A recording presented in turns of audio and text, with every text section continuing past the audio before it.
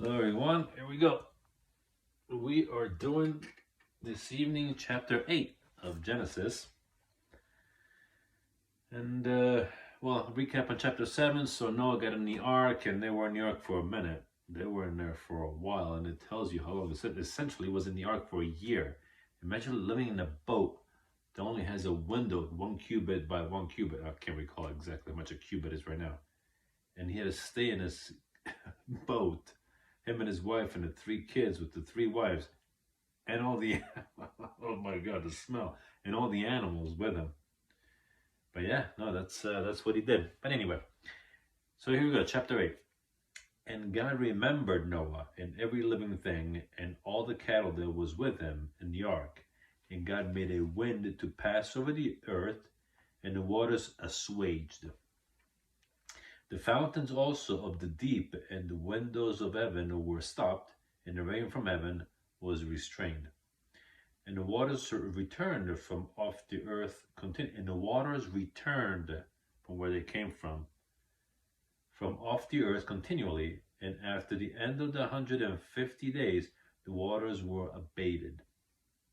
And the ark rested in the 7th month, on the 17th day of the month, upon the mountains, that's plural, mountains of Ararat, that's southeast Turkey, and that's where they found Noah's Ark. And it matches exactly the dimensions that were described by Moses, because Moses is the one who wrote the first 5 books, Genesis, Exodus, Leviticus, Numbers, and Deuteronomy.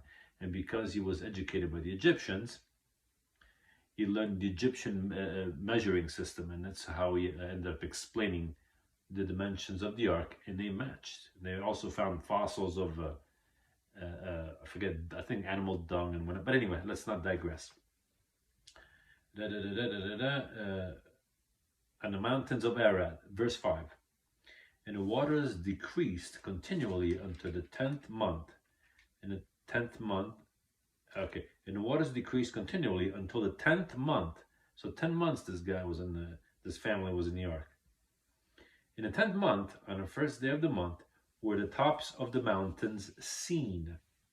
And it came to pass at the end of 40 days that Noah opened the window of the ark which he had made, and he sent forth a raven, which went forth to and fro until the waters were dried up from off the earth. Also he sent forth a dove from him to see if the waters were abated from off the face of the ground.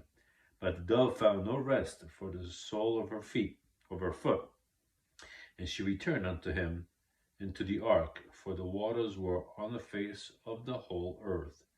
Then he put forth his hand and took her, and pulled her in unto him in the ark.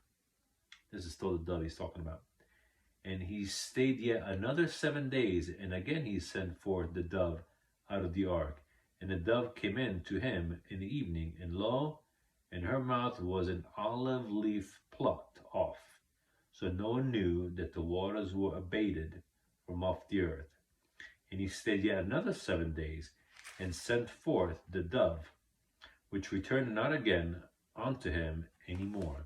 And it came to pass in the 601st year, in the 1st month, in the 1st day of the month, the waters were dried up from off the earth. And Noah removed the coverings of the ark, and looked, and behold, the face of the ground was dry.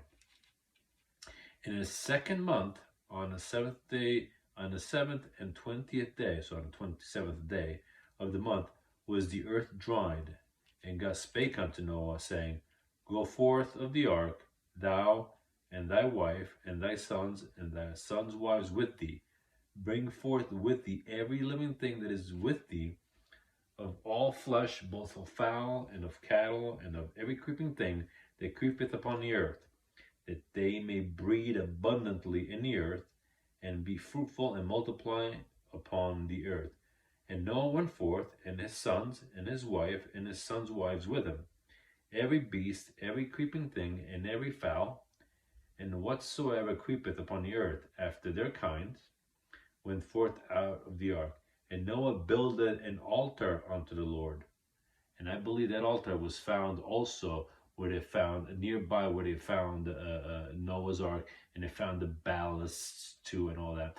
And it's in a nearby town that it's called in Turkish, the translation, the eight, or the eight people, or something like that. But yeah, that's with Noah's Ark, and you can find that on YouTube too. You just look up Ron Wyatt and Noah's Ark, and you'll see the documentary and all the scientific research that they did, and so on and so forth. And Noah builded an altar unto the Lord, and took of every clean beast, and of every clean fowl, and offered burnt offerings unto on the altar. I guess God likes the barbecue, and so did Noah. And the Lord smelled a sweet savor, and the Lord said in his heart, I will not again curse the ground any more for man's sake, for the imagination of man's heart is evil from his youth. Neither will I again smite any more every living as I have done.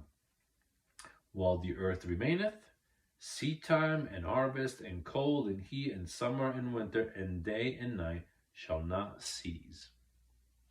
And that, brothers and sisters, ends chapter 8. I'm glad hopefully you enjoyed it. If you have any questions or comments, feel free to leave comments below, and don't forget to subscribe and like and subscribe. It would greatly help me and my family. And until next time, have a good evening. Bye, guys.